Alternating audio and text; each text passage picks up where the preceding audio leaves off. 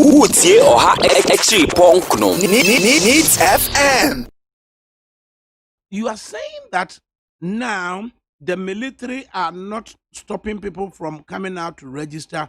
The police are also being reinforced. They are also seeing law and order. But then there are certain category of persons, you describe them as akin to the Ayawaso West National Security Operatives, who are rather rampaging. Is that what you are saying?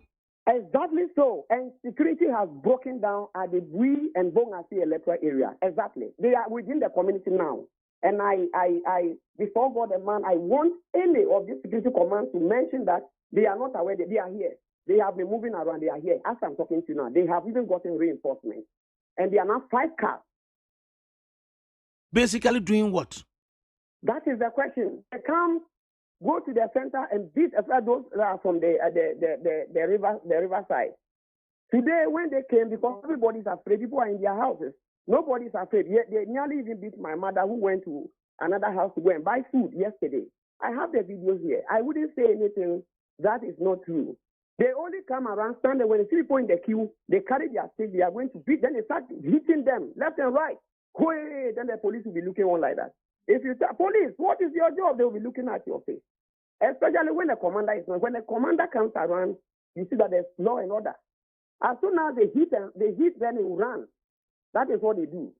So now they have said today, as for today, because many people have decided not to go to the center again, today they only go run, pass by, they are not even stop at the center, unlike they've been doing on Monday, Tuesday, Sunday, and Saturday.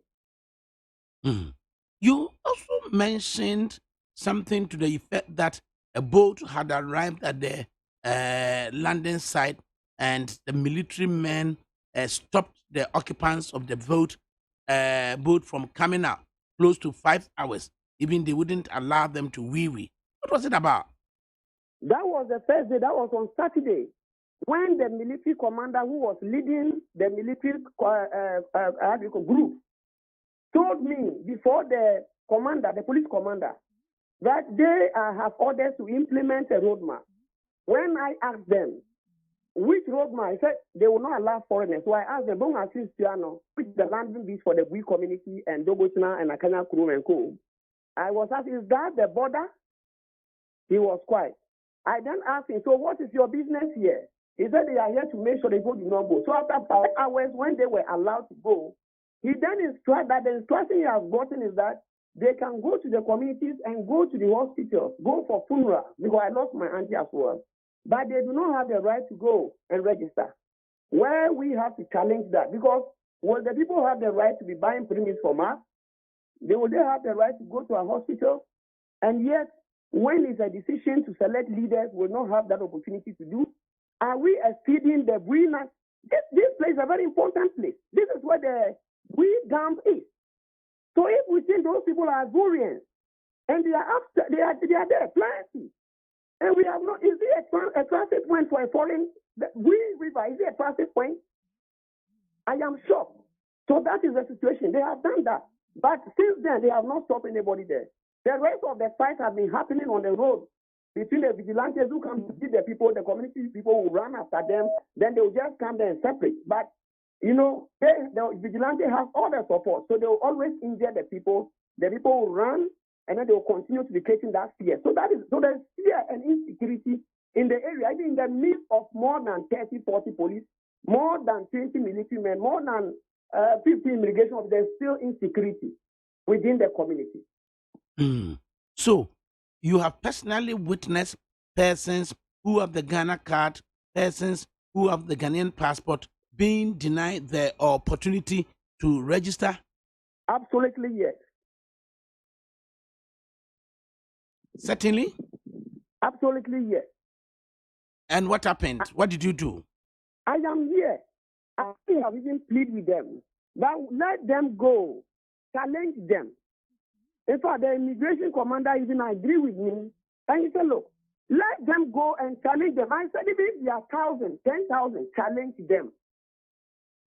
These cars will not accept that. And my issue is that the simple reason is that why should the military, police be around while they look on and another group which we don't even know them? And I mentioned one gentleman leading that group. Prince Deborah working with Game and Wildlife. So I don't know either he has now moved to that group, and that grouping is one of the government security services we do not know. And you are suggesting that that settlement to the border is far off, and that nobody could have been stationed there to ascertain whether a foreigner was coming in to register or not. As I speak to you now, Dogotina from my community, the old Dogotina, where I am now, there's a community there called Dogotina, Akanya Bui. The old Dogotina is the one that have the border between Ghana and Ivory Coast. That far place, that is where military people are still there as I'm talking to you. They are building again a barracks there. It's from there that you go to Dollar Power, the minister is talking about. Dollar Power is Ivory Coast. It's not part of Ghana. And that is the opposite of borders in terrorism. We have Ghana Blue up here, and I know the area. So I think the minister and the security officers are embarrassing themselves, and they are reducing their intelligence. Because when you say this, why I'm on the ground, and I know what is happening. And then also, do you know of persons who have moved in from, say, Bator, Mepe to the area, and that Bui Power Authority have even declared such settlement illegal because they have resettled the legitimate persons elsewhere? God do you know? God bless you. I know people from Chefle, Mepe, Bator, who are fishermen migrants, who have been living there since 2012 after the dam. If we power describe that place as illegal, why do we have market and still give them premium fuel? And I have 5 landing beats and they give it to them almost every week for them to see.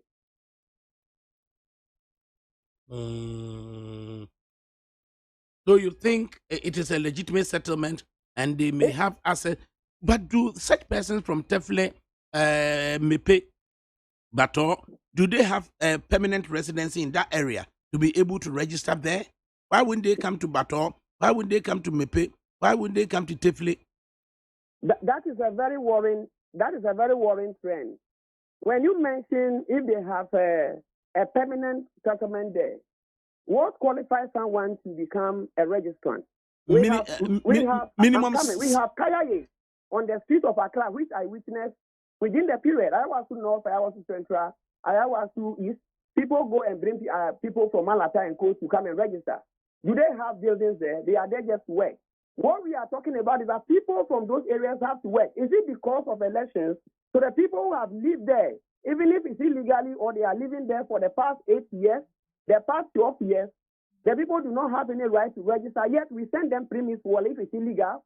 So are we now helping the people aiding illegality by giving them premise wall with 5 landing beaches? Ask the authorities for them to answer this question. I wouldn't be the right person to be answering this question. Okay, just hold on. Utie Oha Echi Ponkno Needs FM.